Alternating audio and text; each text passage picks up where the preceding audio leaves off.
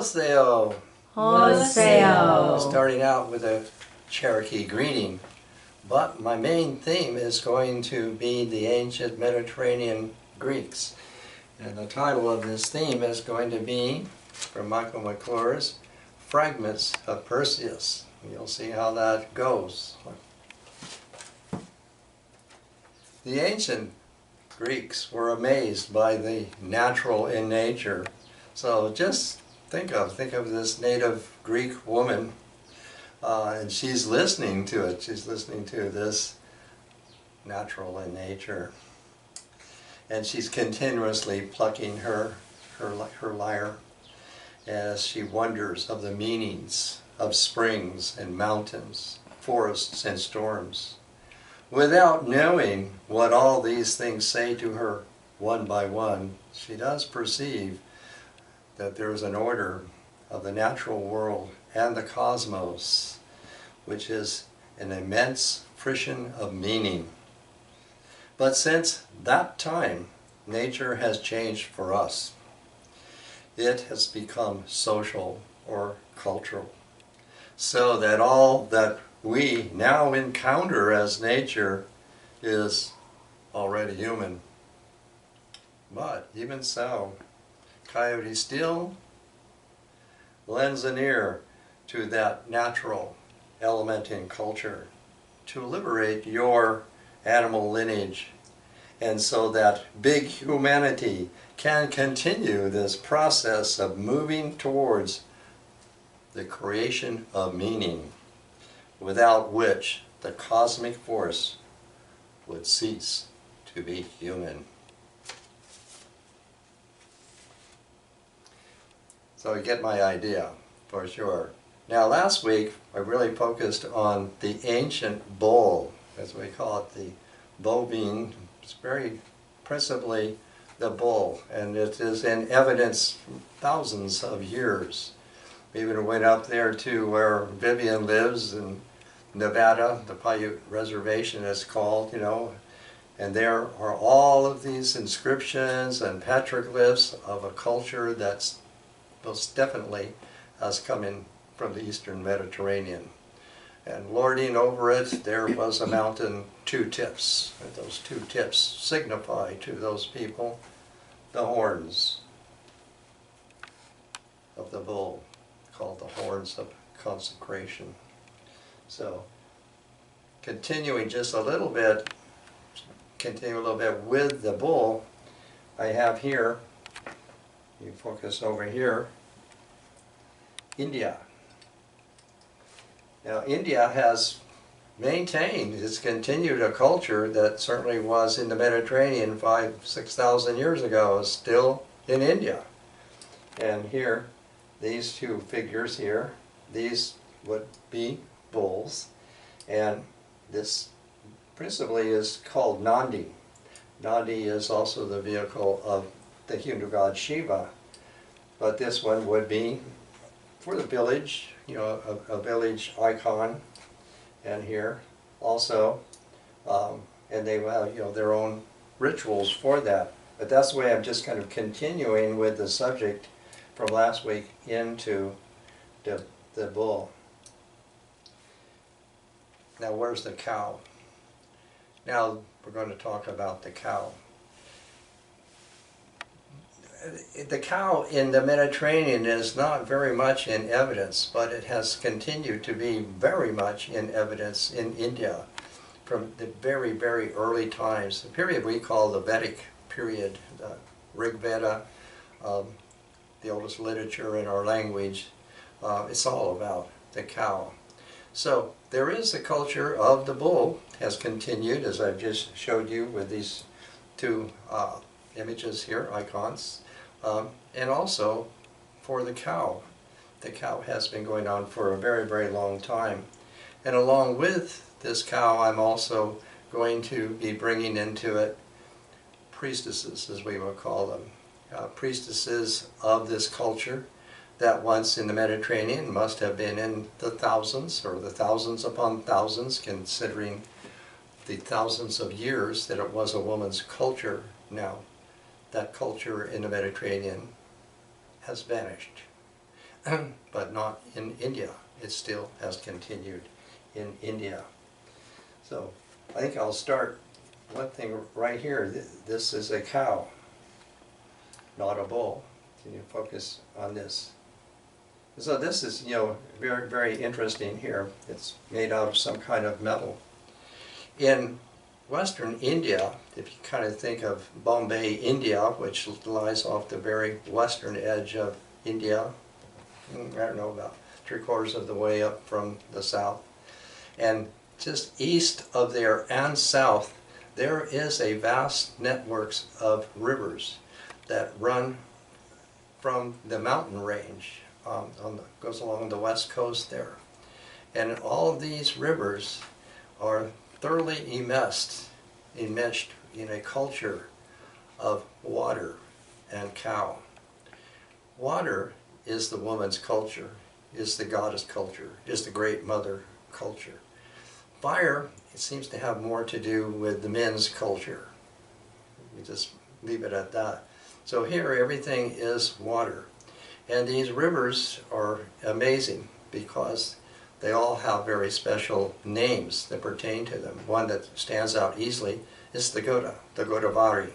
The Godavari, because go, or our word cow, comes from India, go. And goda means give. So giving, the cow is giving, the water is giving. These waters have actually come from cows, that is, stone cows. One of the stories is that, well, you have even the Ganga, the most famous river in India, has fallen from the sky. It has descended from the sky and it comes down on the mountain. And where Shiva is involved, and depictions of Shiva definitely show that water coming down into his matted hair and forming rivulets into a river like that, coming down from the high mountains. That's a pretty good model overall. And so there are places in these rivers where they've actually fashioned a cow. There is a body of a cow. This one goes together with a story that somebody killed a cow. And because they killed the cow, then that water came down and now comes through the body of that cow. So they actually have a stone body of a cow with the water coming through, forming a river. Another place has the head of a stone cow where the water is coming out like that. Another story is that a long time ago, some characters, they can call them demons, had penned up all the cows in a cave. So the earth was dry. But then the great Vedic god Indra comes and he released the cows. He released the cows out of that cave. And that meant now that the river now ran. And now as the river ran, what did the river sound like? You already guessed. The lowing of the cows. To see how pervasive this is. One of the characters that everybody knows of is Krishna. Krishna is always featured as a cowherd. He always has something to do with cows. Now one of the rivers there is also named Krishna. And here, to show you this piece here, this is a cow that is Kamadhenu. Kamadhenu means the wish-granting, wish-fulfilling cow. So you see her here, alongside here. This is a very typical, characteristic figure of Krishna. Krishna is also a form of Vishnu, decidedly so. And so even this wish-fulfilling cow is also utterly likened to Krishna. So offerings are made to Krishna, and even one of the rivers, the Pasyoni, actually means warm milk. Now, up here, this symbols Vishnu, this cow. Vishnu eternally resides, albeit on a serpent's body, in an ocean of milk. And so, the Pasyoni, the particular river for Krishna, is called warm milk. And here, this is the signature of Vishnu. It's called Vishnupada, the cow hoof print for Vishnu. So now we really have quite an alignment here from, ever for eternity. So there's many things to say, about these rivers.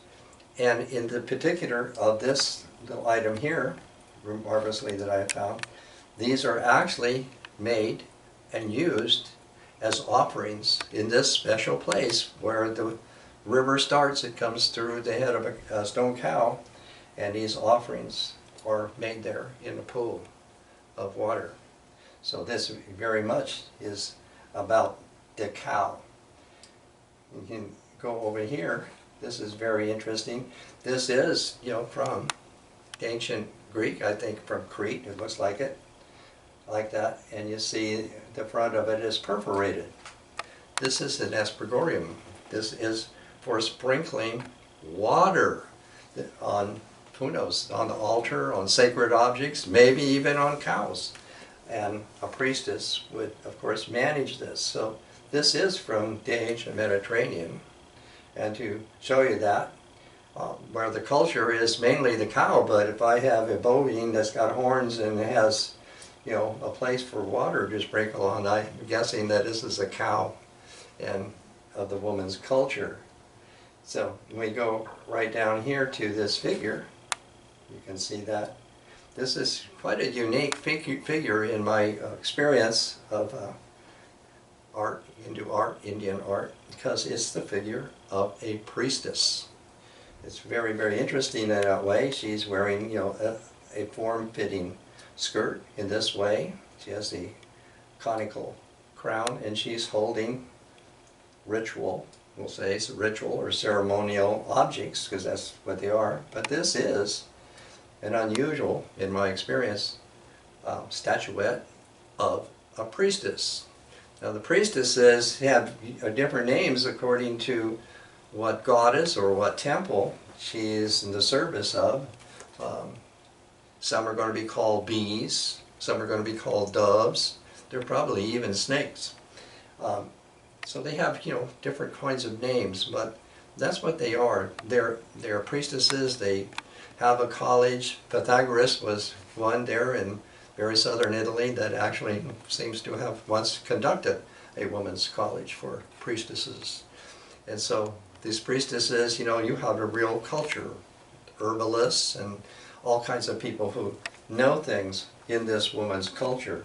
So it's real particular for me to feature her there that way. And over here, you can come over here and take a look at this image I replicated. Now it's very interesting.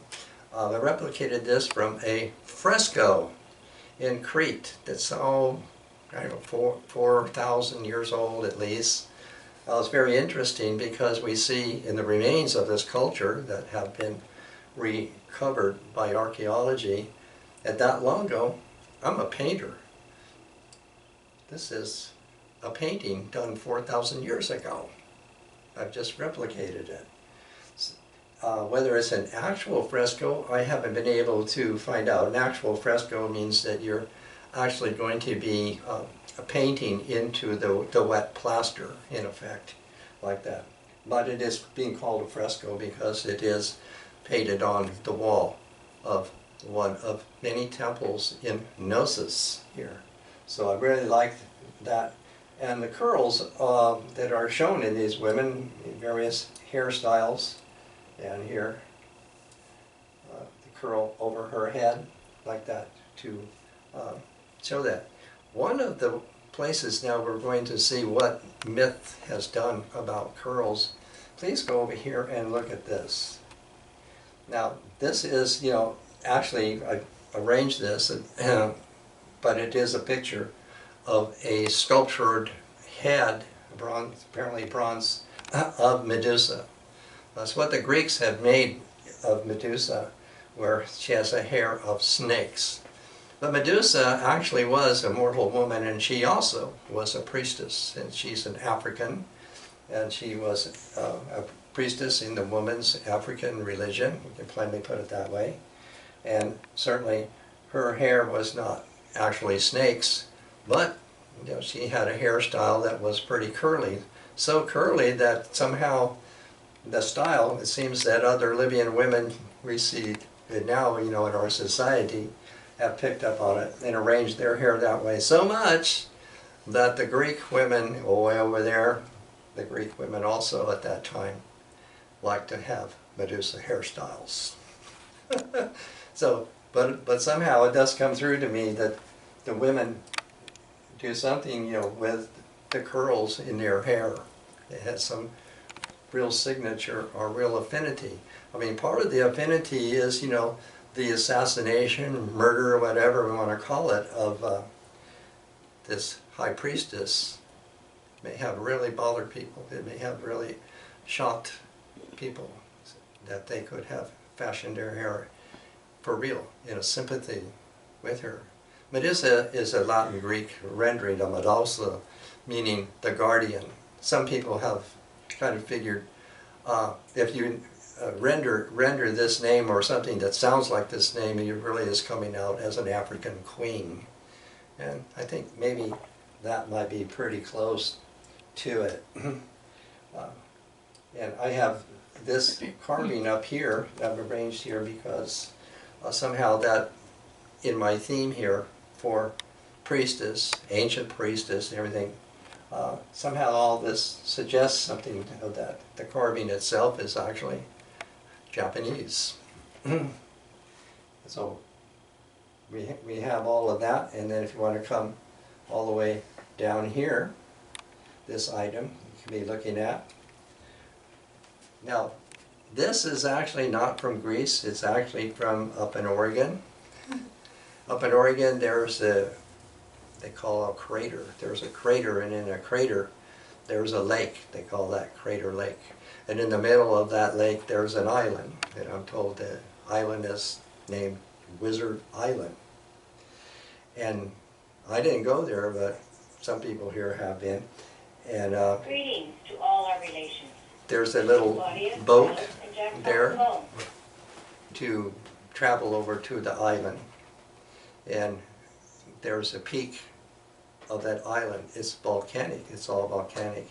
And at the very peak there, it came to a point, and somebody that I know removed that peak of the volcanic island and put it right here. Now this is very significant in the culture that I'm speaking of, the woman's culture, the priestess culture, because they're in places, especially Crete. I mean, there's a lot of, volcanic evidence there, but peaks, meaning the top of mountains. The tops of mountains, were places of sanctuaries. These are sanctuaries, very particular. Some of them have been, stones arranged, so it looks a certain way, or some of them are purely as found. But that's what they are. They're sanctuaries of the goddess. In India, likewise, they have the same thing, practically like saying all peaks, are holy. And because especially in India, the rivers flow from these peaks. And each of these rivers are coming from a face of Shiva, really. So you have a number of mountain peaks there that rivers have their source in, and these peaks all have holy names, such as Shiva. So I have that here, and what I have to kind of set that off here, you see, this is a very unusual article. We'll call it a thunder bird or thunder person. This is from Tibet. It actually has a name, but I've not remembered it. What it is, it has been made from a meteoroid. It has fallen from the sky and has been somehow smelted in such a way and fashioned into what we would call a thunderbird. So I thought that's very fitting to have here with this peak, which I also affected some snow on it to give it, altitude. So all of that.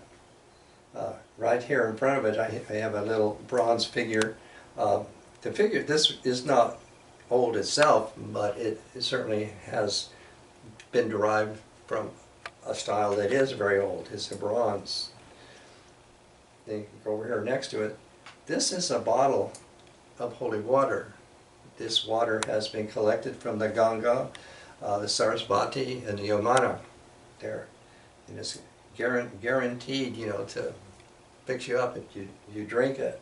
And so realizing that all that water has come from the cow, and especially the Krishna River, the Krishna River is synonymous with the wish-fulfilling cow, Kamadhenu, and that she is actually in the current. They actually figure that she is actually washing along in the current, and if you partake of it, that is definitely going to cure you of your faults. So the Krishna River really renders it that it is flowing to her bhakti calves, you know. So we have similar of that with in Native America with the buffalo, and the followers of the buffalo, we are her calves.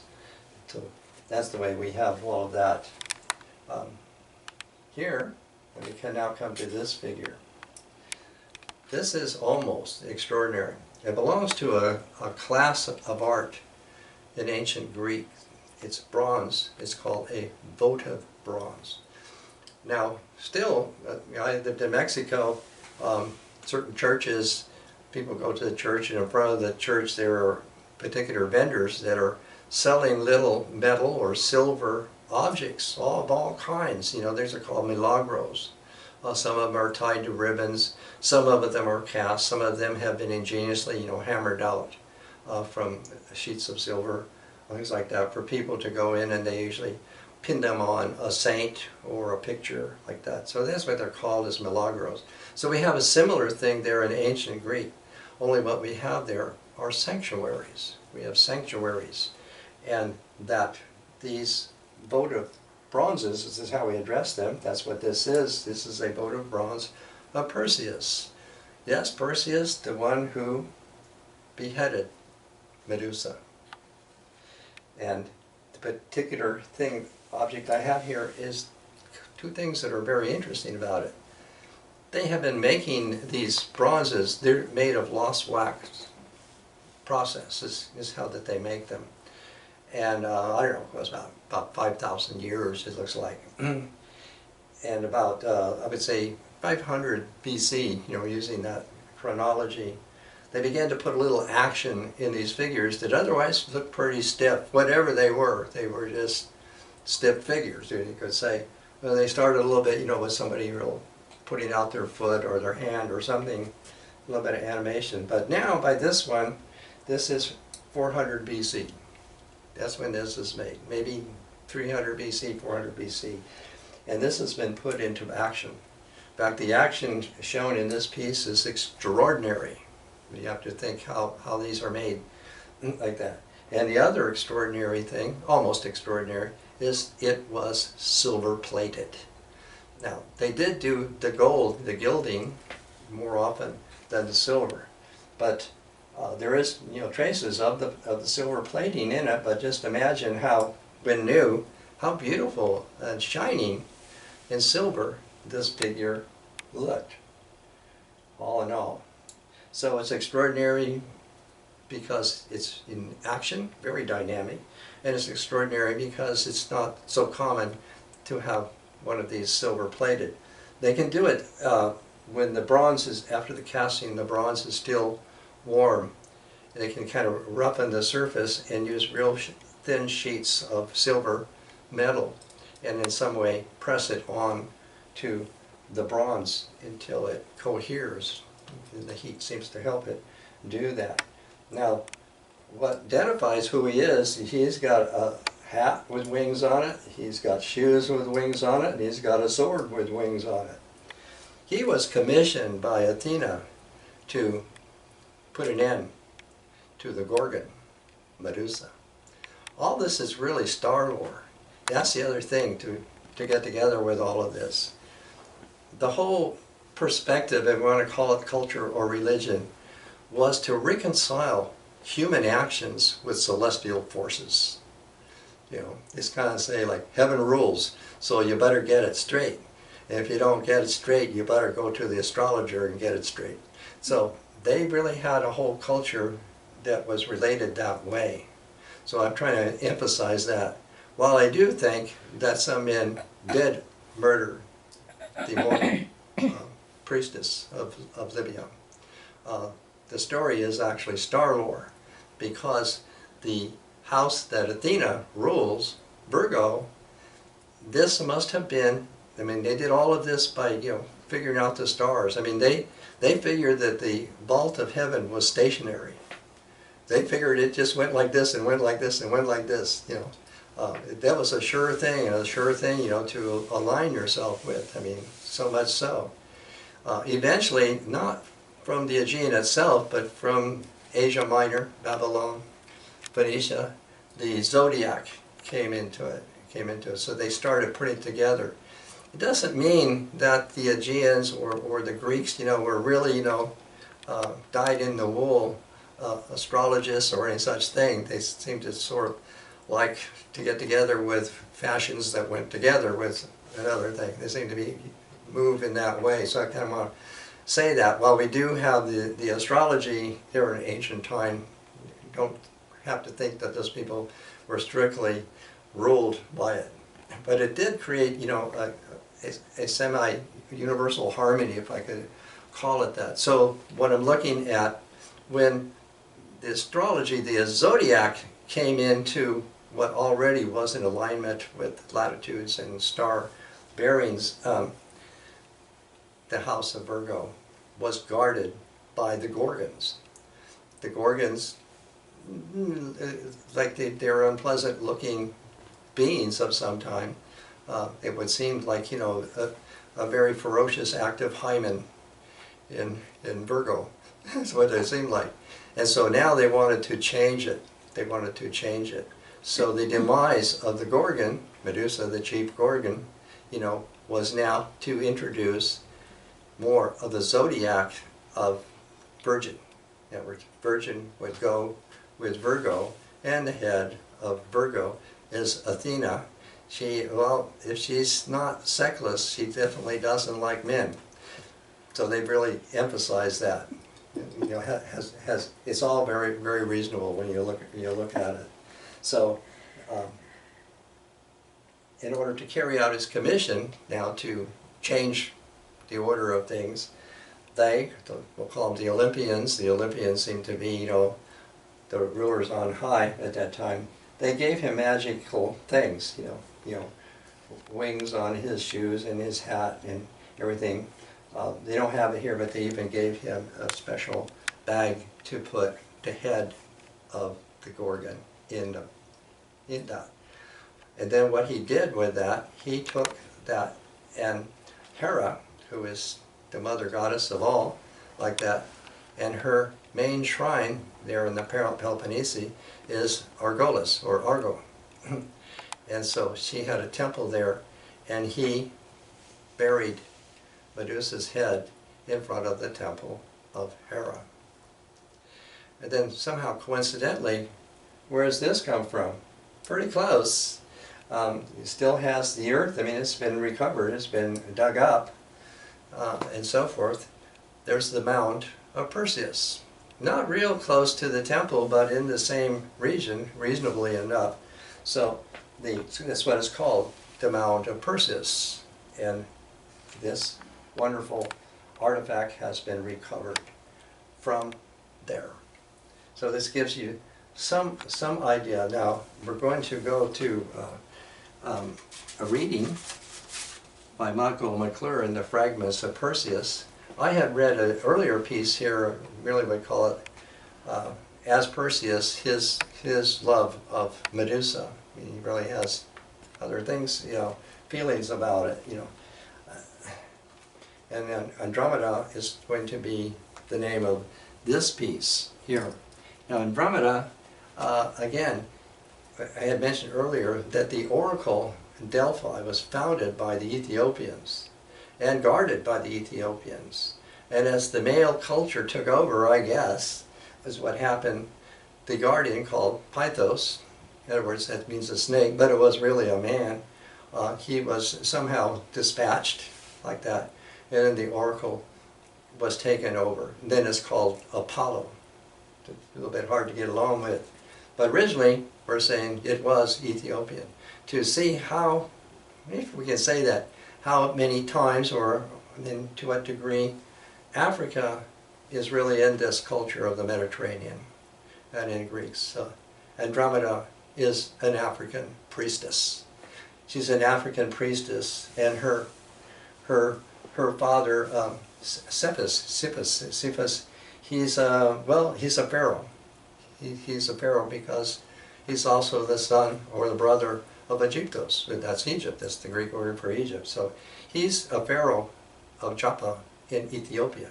So we're going to say that Andromeda is African. She is an Ethiopian princess, and so forth. So it's a lot that hinges on that. But for myself, for that, I have this drawing. You can focus on this drawing. Now, very curiously, I have to bring into this before I do the reading. Most people have heard about, they've even made movies, if you go to see the Medusa or the Gordian and you look at her, you'll be turned into stone. In order for Perseus to carry out his deed, he had to use a device where he could look in the reflection and dispatch her without being caught and turned into stone. Very curiously, however, he certainly seemed to have been granted the power of turning into stone, turning people into stone, because he had an altercation with Mr. Atlas and he turned him into stone. And then he had an altercation with Polydectes and he turned him into stone. So what is this guy going around turning people into stone?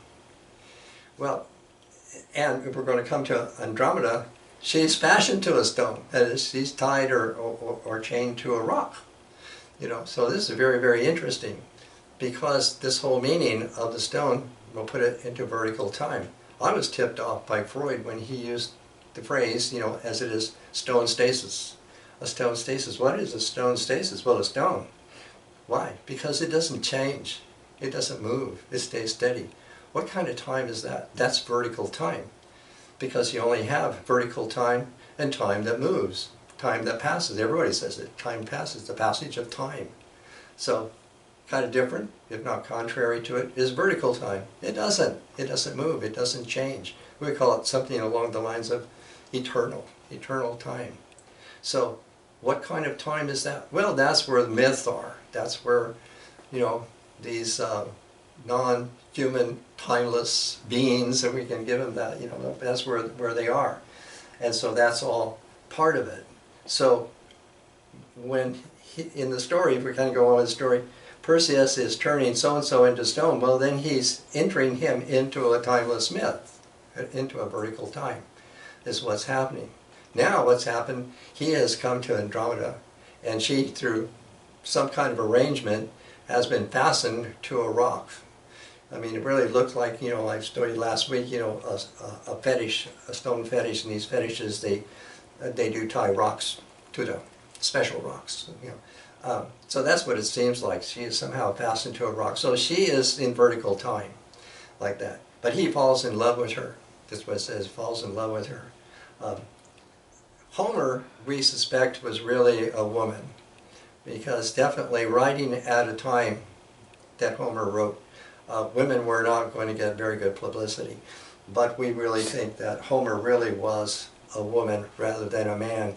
And it's funny, I mean, it shows a little bit like this, because while she did extol Perseus, you know, as the ideal model for a hero, he's a solar hero, you know. She has something here in a little bit with Andromeda, and that is that it was really Andromeda that freed Perseus. But actually, it's like that he's fallen in love with her and he wants to free her. Because if he's in love with her, what's he going to do? What's he going to do with her? She's, you know, like a rock. She's in vertical time. He's not going to be able to have a good time with her at all. So somehow or other, he liberates her. from that? Well, that liberation is right along Coyote's Avenue. We know what that is, to liberate her.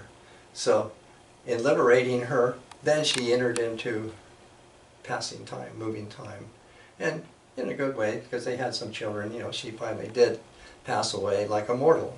But she started out, she's not immortal, she's been brought in from immortality into a mortal existence. And it sounds like they, in spite of the dastardly deed that Perseus did, turns out, you know, they came out okay after that. So that's a little bit of the background for this reading. I'm very, very happy or proud. Michael McClure, I was a student of his. I think he was one of the most something amazing poets of our time. I seriously do think so. And he's passed away not too long ago. So I'm always thinking of him when I do his readings. And this is this is Fragments of Perseus, and that's what this whole thing is. And this is following, you know, his piece on Medusa. So this is Perseus. Andromeda, I love you. I love you the most. You lie there sleeping on deer skins. Your smile is beatific, like a girl child's. Everything that I do or am would have no meaning without your eyes and smile. There are some things that go beyond our feelings. We are one person, and yet I have secrets from you. I do not control my destiny. I am more free than some, and yet I am not liberated. To slay dragons, to free you, is not enough when I am still chained to the rock of self above the howling sea. I can see how our muscles become rigid. I feel how I am not doing what I imagine that I am.